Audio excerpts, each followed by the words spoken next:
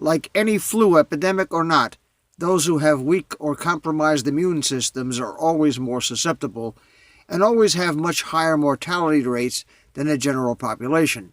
There has been much disinformation on this viral infection, and with China controlling the internet in that country, it is difficult to find the truth. Of course, big tech is trying the same thing here, and such policies and practices are a threat to health and safety of every citizen. Rudy Giuliani, being close to the president, is by far the most credible person to give advice on the topic, since he has information that few of us have access to. Personally, I believe that all of this is a distraction and an attempt to crash both the U.S. and Chinese economies in a pathetic attempt to put the blame on Donald Trump. It's not working.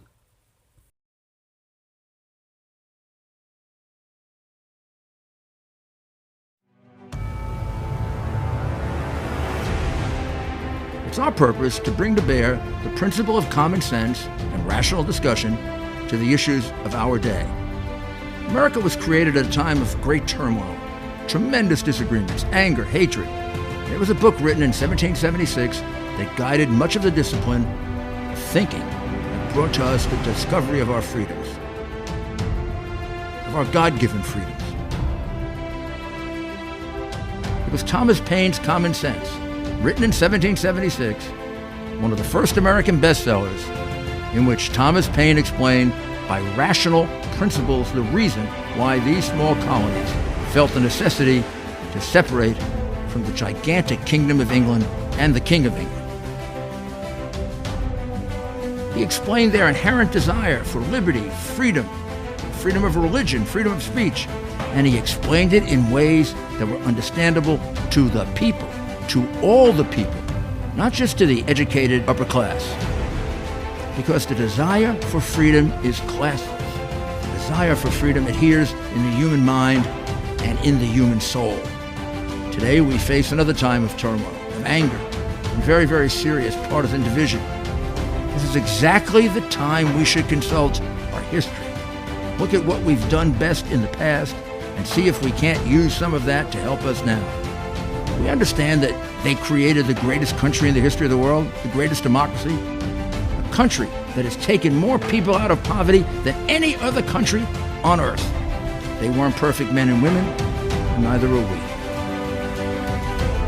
But a great deal of the reason for America's constant ability to self-improve is because we're able to reason, we're able to talk, we're able to analyze. We are able to apply our God-given common sense. So let's do it.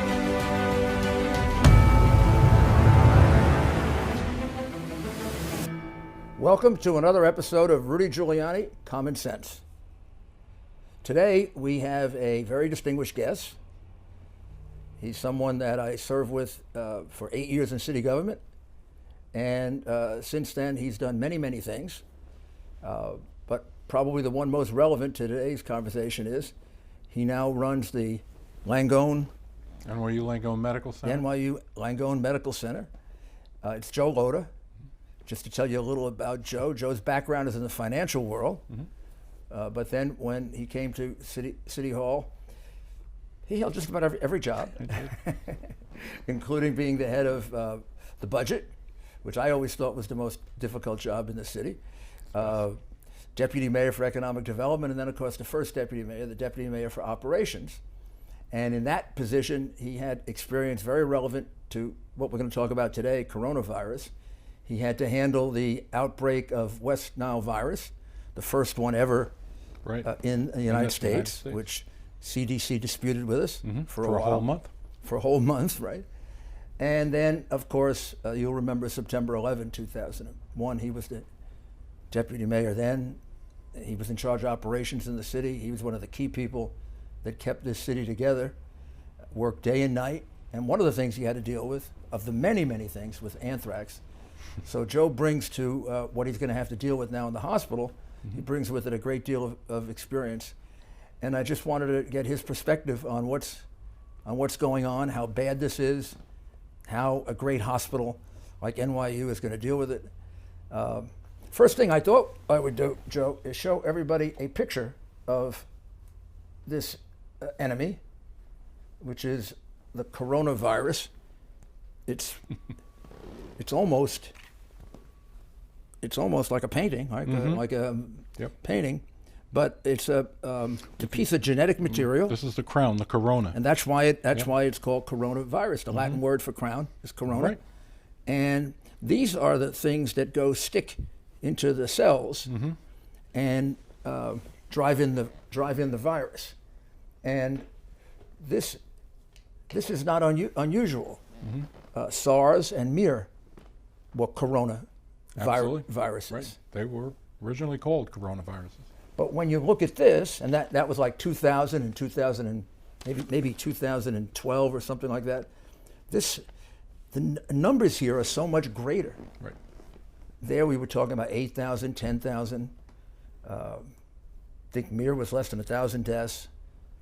We already are way over that. What are the most current? You had them a minute ago. What are the most current numbers? Well, the current numbers, and I'll get them up, and you had them as well a second ago. The numbers right now worldwide, there are over 90,000 cases that have happened. Over 90,000 cases. Over 90,000 cases. There are over 3,000 deaths. In this country alone, we've had, today it's the second day of March, and in the United States, we have 99 cases, and we already have had 6 deaths. And we've had a case announced in New York. We have one case in New York, in and I Florida. think we're about to have a second one shortly in New York. We understand the husband of the first case, he's relatively close to being announced. So when you look at the numbers with these other viruses, and you look at the numbers were so much smaller, why is this spreading? Why is this spreading so fast? It's already in just about, I'm not going to say every country in the world, but almost every country in the This world. virus is very, very similar to the common flu, the virus that's part of the common flu. It's spread through a cough. It's spread through coughing and sneezing, and humans do that, and that's why it's getting passed around so quickly and so easily, as opposed to MERS and SARS, which is not passed around that way. And you remember West Nile was passed around by being bit by a mosquito, Right. Not as frequently as you would have as a human being coughing, Right. which is why the number one recommendation is if you cough, if you sneeze, cover your mouth, in any way you possibly can. Wash your hands all the time. Keep washing your hands, and don't touch your face, and don't touch your eyes. Because one of the things you can become infected with is through your eyes. If your hands are, have any kind of the virus on it, you can touch your eyes and you can get infected that way, which is why medical workers are wearing shields. And what about the wearing of masks? You see people increasingly wearing masks, although there seems to be real doubt as to whether that does any good. It does no good. The masks are made for people who are sick, to prevent their germs from passing along to someone who is not sick. And anybody who's not sick wearing a mask, it's just a waste of a mask, and the mask should be used for people who really need them. So the basic, we might as well do that right away. Right. Joe was an expert at doing this all during West Nile virus and anthrax. He would go on television, usually 2-3 times a day, and warn people about what to do, what not to do. So what are the main things are to wash your hands as often as you can. Wash your hands as often as you can. For about 30, 40 seconds. Yeah, absolutely, 30 to 40 seconds. Wash your hands, spend a little bit more time than you normally would. Always wash your hands, and actually even wash your hands when you don't even think you need to. I think it's really important to continually wash your hands. So you're starting used to be a sign of guilt, like Pontius Pilate, remember? I do remember wash your hands, and some religions that really people want to wash their hands even before they eat. I encourage people to wash your hands as frequently as possible. And you remember as an altar boy, you used to wash your hands before, all that. Lavabo. Lavabo, that's exactly, more Latin. So that's really important. You should eat cooked meat. You should cook the meat as well as you possibly can. Meaning you should order what? The steak tartare. Medium or well done? at least cooked, But no a steak tartare and in America, it's probably okay, but for a while. But in other parts of the world, it is very. So you have much to a watch problem. what you eat. Yep, And I think the hardest thing for people will be touching their eyes, because that's right. you don't think about it. I mean, we probably touch our eyes 10, 20 times a day in one I way or sit another. in meetings. I'm going to touch my face right now, and a number of times you see people do this. Right. They're automatically touching their face. They're close to their mouth and all of that. It is problematic. They don't realize. So if you feel the necessity to touch your face, go wash your hands first. Right. Or just remember, put your hand somewhere else. Yeah. Put a pen in That's there. going to be very. That's a difficult thing to do. It's a habit. We are seeing, and you're seeing this at conferences. And those conferences that are happening, they're starting to put up signs. Avoid shaking hands, fist bumps. I just had some guests here, Right. and I put out my hand, and he said, "No, we're going to fist bumps we're or gonna- elbows we're and gonna things fist like bump. that. Right. So there may be something to the Japanese bowing. As opposed to always shaking wanted hands. to do that. Well, that's going to be the new thing now. It's going to become you bow a little bit, curtsy, and Right. So it's hard to put this in perspective, because in many ways it's going to affect many people. Right. You can see already that there are going to be a lot of cases. Mm-hmm. Something like 45,000 people have already recovered.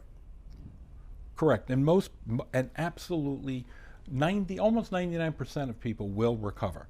I mean, right now, a couple of weeks ago, they were saying the mortality rate was 2%. It's now down to 1.4%, and most medical professionals will tell you it'll probably go below 1% by the time all is said and done. That means 99% of everybody who gets this will be fine. And if you look at the number of people who have passed away, they have had comorbidities. They've already had existing illnesses, and they are older. This is a unique virus. It's not affecting young people. It's not affecting children. It's when people in middle, in the 30s, 40s are getting it. Right. It's not very severe. But for those who smoke, for those who have respiratory problems, for those any kind of lung related issues, it is severe. The folks out in Washington State and the old folks home, they had some severe medical issues, and COPD and things like that. That becomes a problem Because your immune system is compromised. It com- isn't as strong, absolutely and compromised. it's your immune system that fights the virus. That's exactly right. And there really is there's no medicine for this. There's no medicine for pretty much for all viruses. Right. Right. And in this case, as of now, there's no vaccine, and there's work on vaccines. They're working on vaccines. They think there'll be a vaccine at least a year from now, maybe longer. We're working on vaccines right now. The scientists at NYU, the scientists all over the country are rushing to do certain things, both in the academic medical center world as well as in the private sector, to come up with a vaccine. We've created vaccines for polio. We've created vaccines for all different types of viruses over time. And viruses, we've had viruses for quite a long period of time. We were talking earlier. There's been polio. There's AIDS. Well, a lot of things that people have been frightened of, and they don't realize that it's a virus. Right. Like I'm not sure a lot of people remember that polio was a virus. That's right. Or HIV, AIDS virus. It's absolutely a virus. There are lots of viruses, and initially, there's no antibiotic for a virus. Antibiotics are only for bacteria. Right. And so a virus it's an organism that it can kill, and so as humans, we just have to be prepared. And cleanliness is the most important part of it. Now, whatever happens with this, and let's hope it's not as bad as people think, but be ready for it. We're going to lose a lot more people to influenza this year. The regular common flu, we have already lost a lot of people. The common flu, year in and year out, it is much worse. It is rampant. Nothing concerns me more than the number of people who say their children and themselves they should not get inoculated. Flu shots are the easiest thing in the world to get. You can get them in your local Sure. drugstore. Yeah. Everybody should get a flu shot. It is the easiest thing in the world to do, and it will save your life. No question. Through February, 1,210 people died in the United States of influenza. Mm-hmm. I mean, that's a lot of people. That's a lot of people. And it goes that way, it's going to be 12,000, 14,000 by the end of the year, just in the United States. Just in the United States. And the numbers are similar, maybe worse throughout the world. And influenza does have a huge impact on children and infants. Their immune system cannot deal with the common flu. Right. And this past year, the B flu, which is what is most dominant, has caused some children this year to become blind. They'll live, but they're blind. I mean, it's a horrible disease. And it's unfortunate to see situations where parents think getting a flu shot is a bad thing for their children. It is absolutely not a bad thing. Now, what are the symptoms that somebody has to look for, and how often are those symptoms going to be the flu? Well, that's the unique part of it.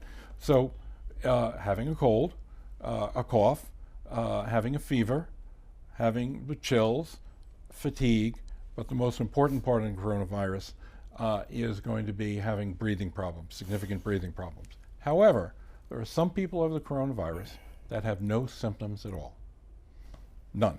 And that's an overall, so the numbers that we were just looking at, there are a lot of people who have the coronavirus that have no symptoms at all. That's the nature of the virus. Would they be considered like carriers, almost like carriers? They might not even know they have it? It's so new. That's what the scientists are now trying to figure out, whether or not we have carriers, whether or not there are super carriers. What does that mean, a super carrier is somebody who has absolutely no way of knowing, and that no matter where they go, they're infecting people. They just exude. We've been around people, they tend to perspire a lot, that, they're just folks that, little droplets. Oh my goodness. Right. So, are you comfortable with the basic history of this now, that it began in Wuhan, China?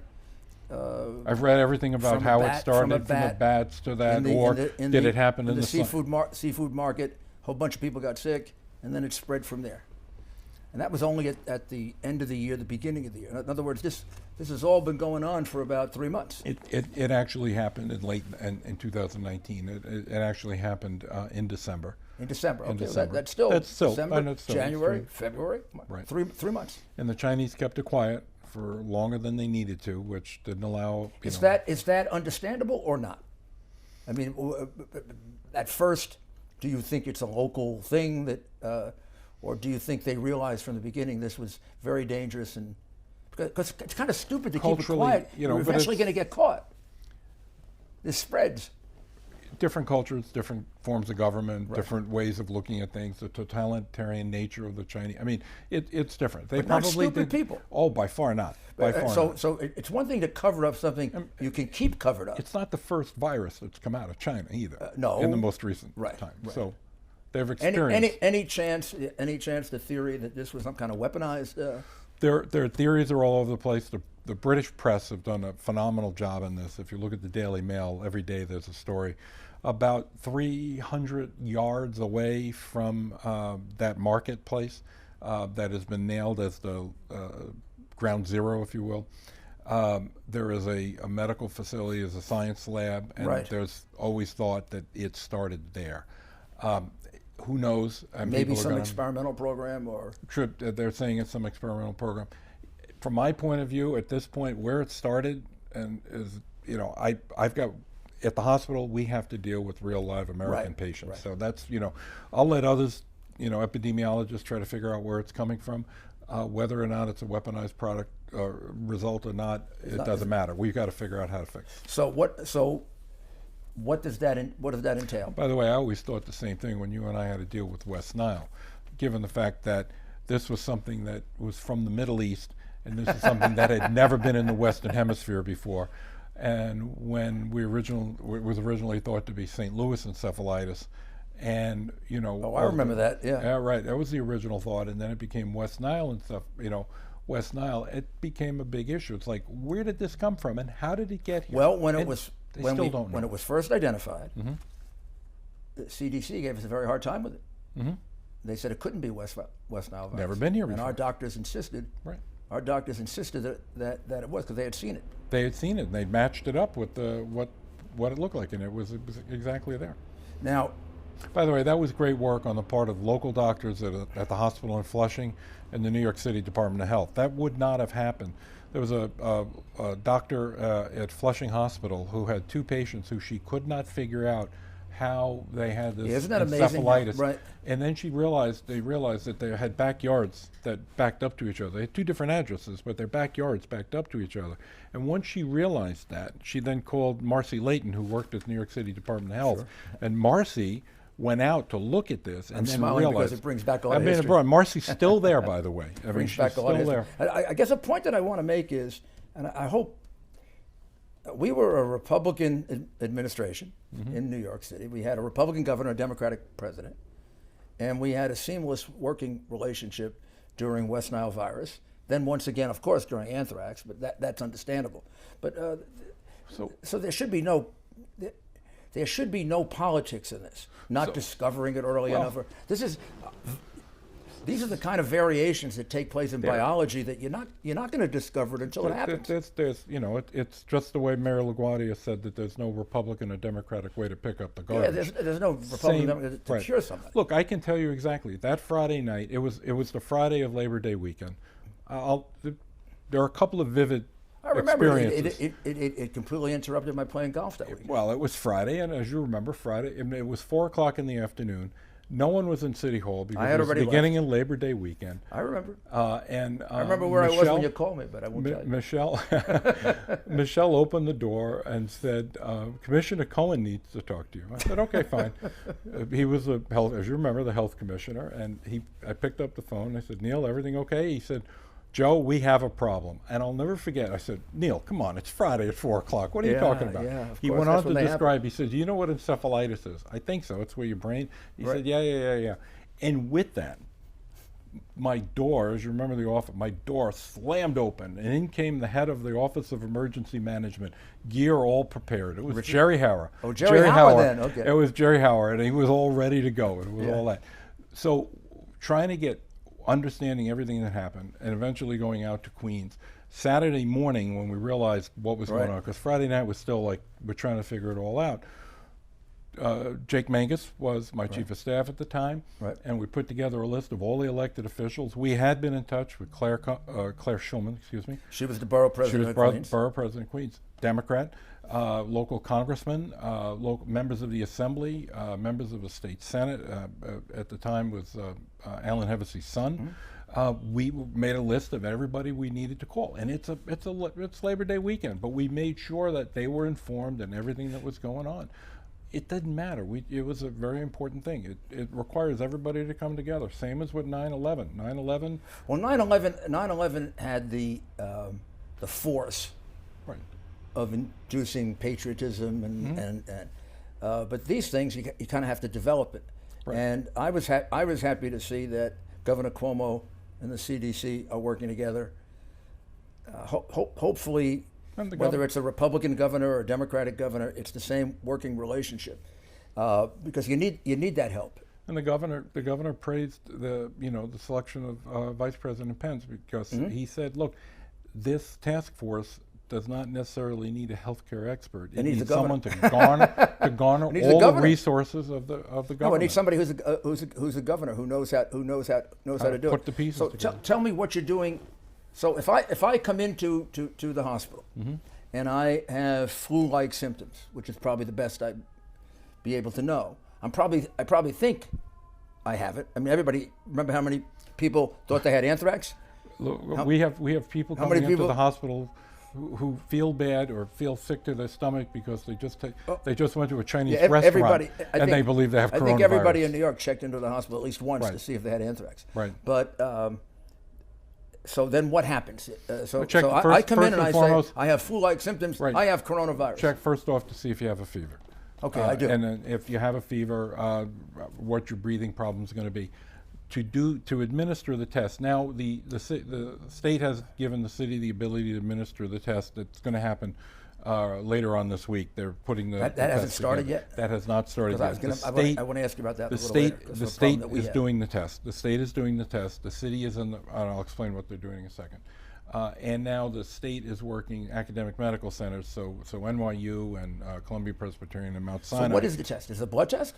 No, it's a swab deep in your nose. A swab? Okay. So they swab your nose. They swab your nose. Send it to the lab. Send it to the lab, and they're about 3 to 4 hours. Well, that's quick. It's relatively quick. It's relatively quick. However, when you needed to send it down to Atlanta to CDC, it takes hours, if not days. Well, that's one of the things that's the problem. I think CDC made an agreement with the governor. Right. Wadsworth, they'll do it now, Wadsworth, which is up outside of Albany. But that's still a bit of a... Right, so you get it there, so it takes a day now. Does it have to get there physically? There's no way to transmit this It has to get there internet. physically. Yeah, sure. So now they have to send down an assay to examine it. That's in the process. There's some equipment that needs to be purchased, and it's being purchased right now. We think by Thursday or Friday of this week, you'll be able, as the governor said today, they'll be able, probably in the city, to probably be able to do 1,000 a day. Sure. In the city? In the city. So they won't have to be moved up to They won't Albany. have to be moved. But it'll go to one central hospital or place in the Actually, you should be able to do it at the public health on First Avenue and at the various hospitals. So you get the sample. You're about a mile away from there, right? Literally across the street. NYU. Right. Literally So across the street. you just We bring it and down. you get it back within couple hours. Because I remember when we had the anthrax problem, we ran out of laboratory. The laboratories got backed up by 2 and 3 weeks. And that could potentially happen here as well. And you had the terrible problem of somebody thinking they had anthrax, Mm-hmm. not knowing whether they had anthrax. Right. You probably had, as a precaution, treat them for anthrax, Right. but they didn't have anthrax. So here's the most important thing that I can tell you to do. If you think you have the flu, if you think you have coronavirus, don't come to the emergency room. Call your doctor, or every hospital in New York, every major hospital in New York has the ability to do digital healthcare. You can call a doctor, and on your iPhone or on your iPad, you can actually talk to a doctor, and the doctor can see you, and you can talk back and forth. And that doctor will tell you what to do. And if that doctor thinks you need to have a test, he will tell you where to go and what to do, make an appointment, how to get there, so that if you really have coronavirus, you don't want to go into a waiting room with 30 other people, because you'll infect 30.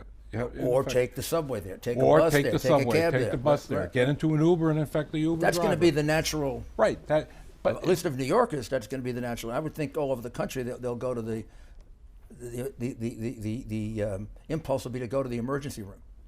That impulse is the real one, and Well, that's that's the one important. that we need to change. We need to change it, be able to talk to a doctor remotely, and we live in a digital age. One thing that's going to happen from this entire coronavirus is to be able to use our digital products even differently. And you can actually, if you've not used telehealth, is one of the terms that they use. It is fascinating to use telehealth. Well, that's really very helpful. It can be. It can actually That's a be good very, very practical helpful. suggestion. Right. So now we're going to take just a short break, and we're Yep. going to be back with Joe and go into the rest of this. And this has been very, very helpful, Joe. Great. Thank you.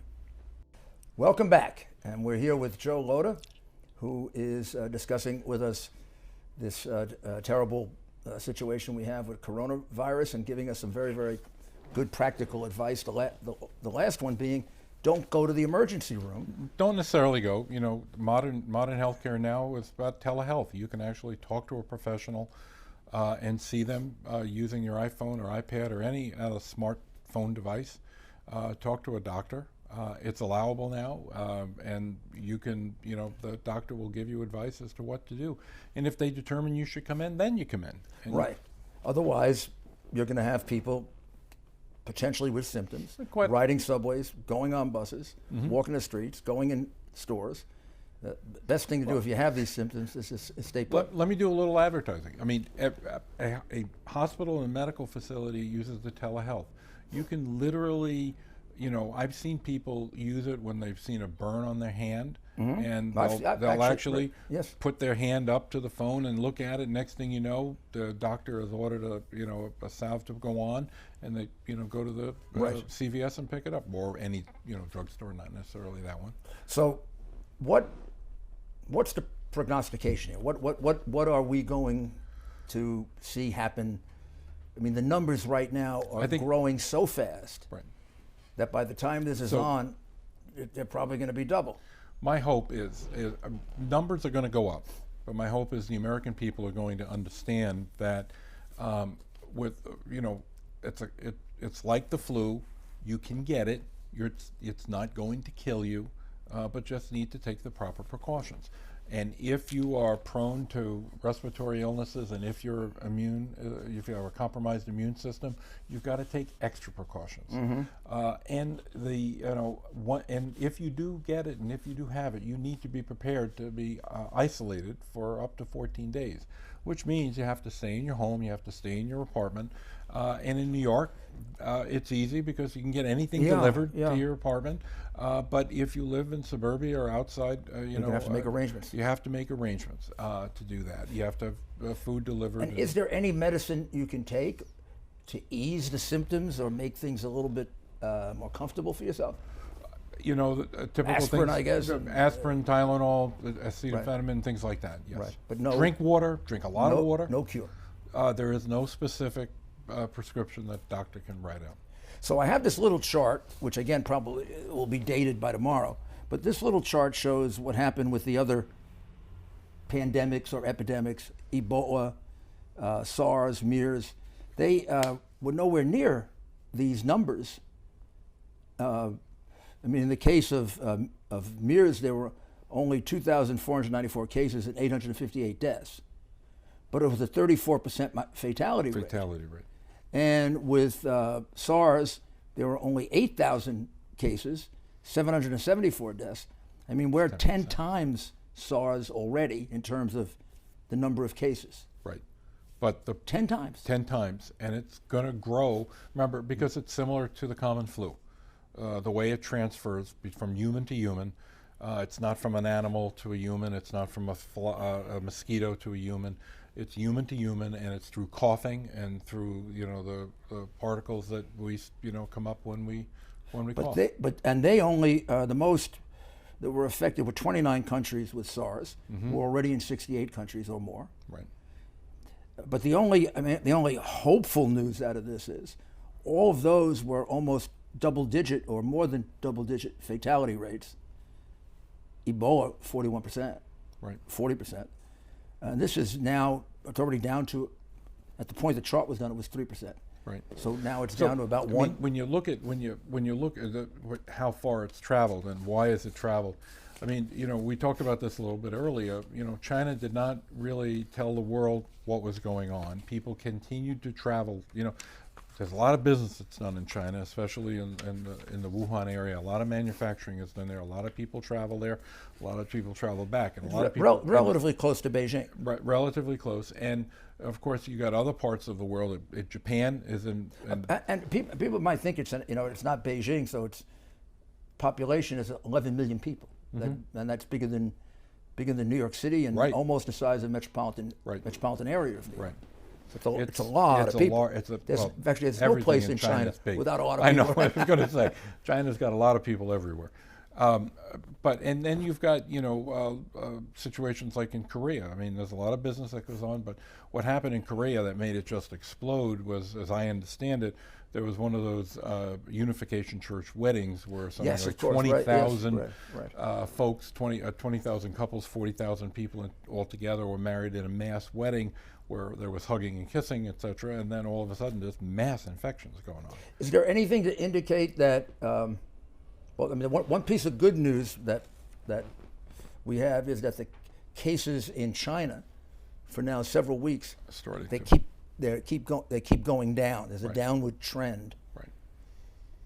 Does that mean that the incubator that started this will produce less, or has it spread enough now that doesn't really matter? I think it's spread enough, and I think everybody's taking precautions. Right. And we're now in March, and most viruses slow down in warmer weather.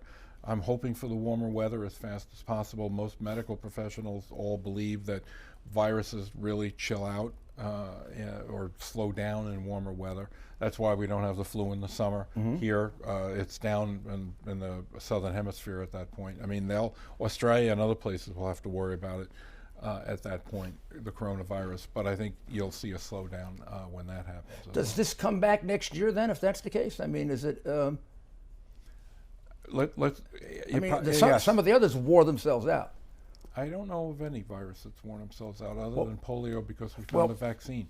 MERS is still going on. SARS is still going on. They are. Oh, absolutely. But in small numbers. Very small numbers. And why is that? Why would it be small? How could it get down to small numbers? People develop immunities to it? People have developed immunities to it. People become aware of it. We don't know yet whether or not there have been some medical articles lately about reinfection in coronavirus. Right. So we don't know. The whole theory is, you get a shot, you create an antibody. We don't know yet if that is possible with this, with COVID-19, which is the name they've given this coronavirus. Not all viruses have that. Shingles, for example, is a virus. Right.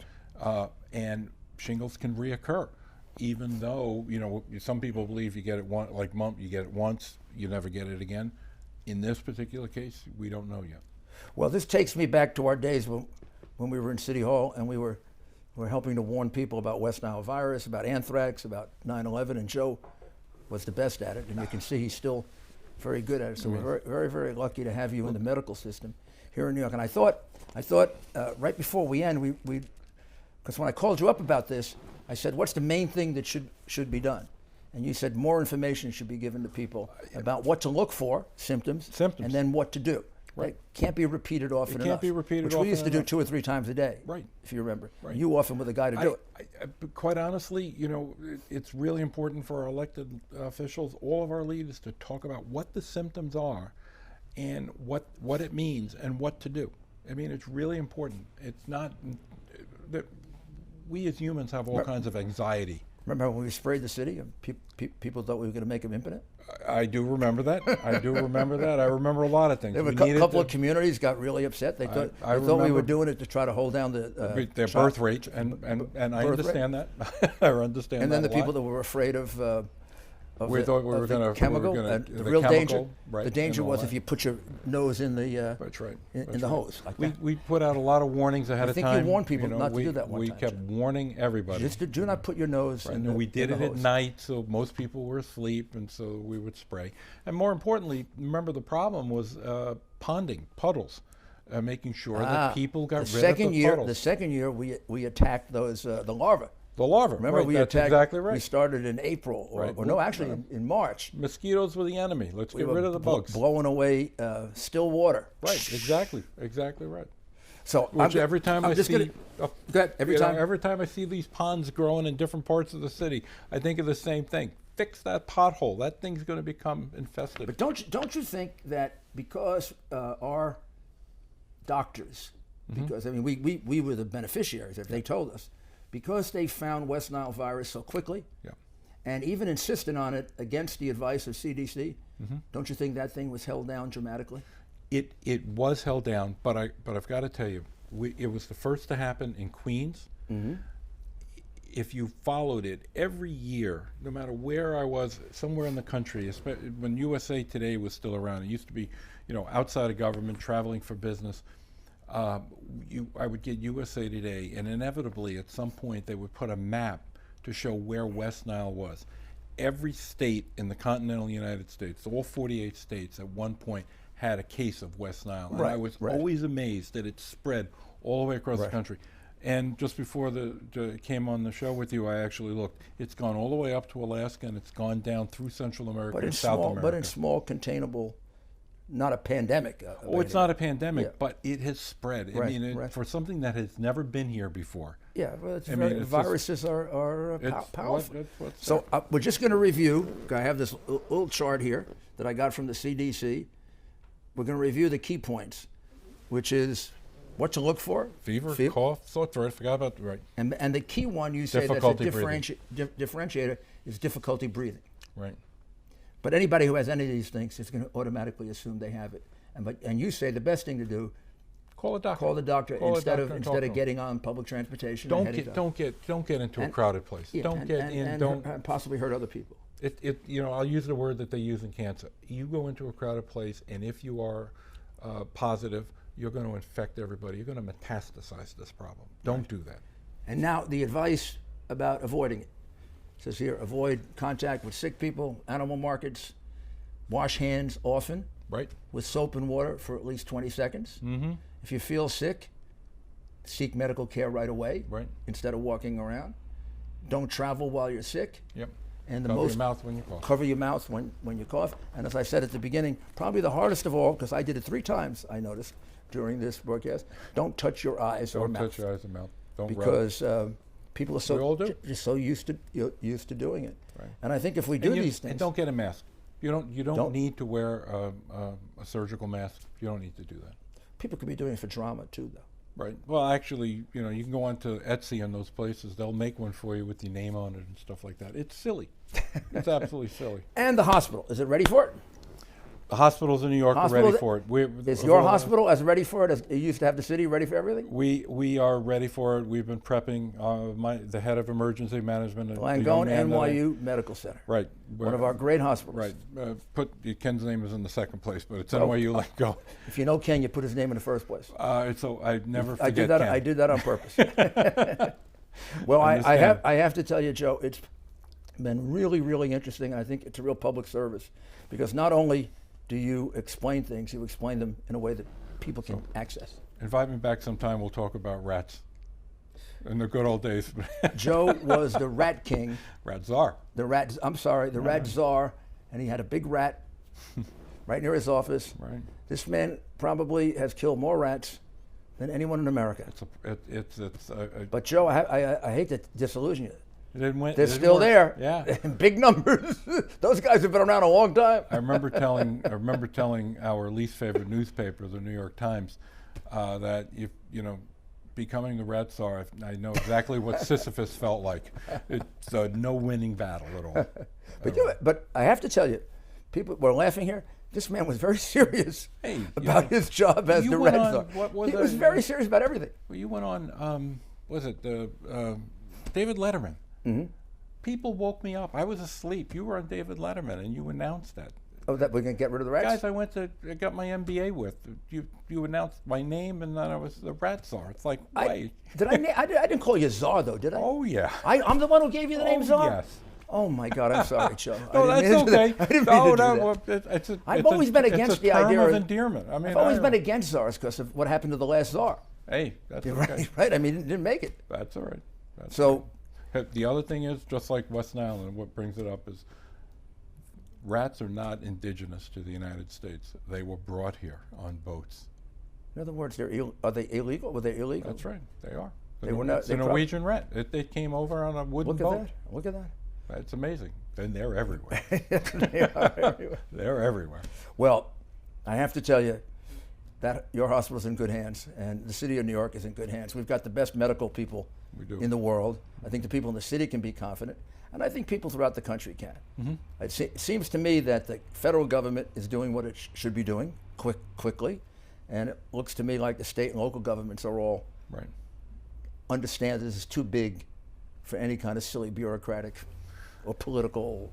As you know, it's up to state and local governments. They're the troops on the ground. They've got to be in the lead. I mean, if I could use an illustration when people would ask me about Katrina and contrast it with September 11th, I said September 11th was a situation in which the city government ran together with the state government. In fact, we ran it together for 2 months. Unified. We had staff meetings two and three times a day, and ran seamlessly with the federal government.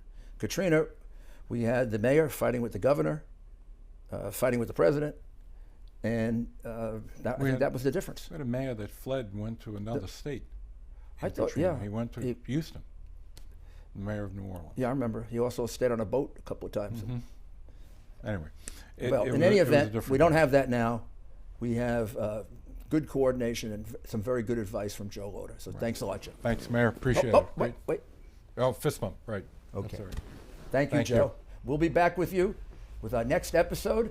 And until then, thank you very much. And listen to Joe Loader's advice. He has some very, very good advice. And just don't touch the eyes and the mouth, which is the one I'm going to have to work on. Okay.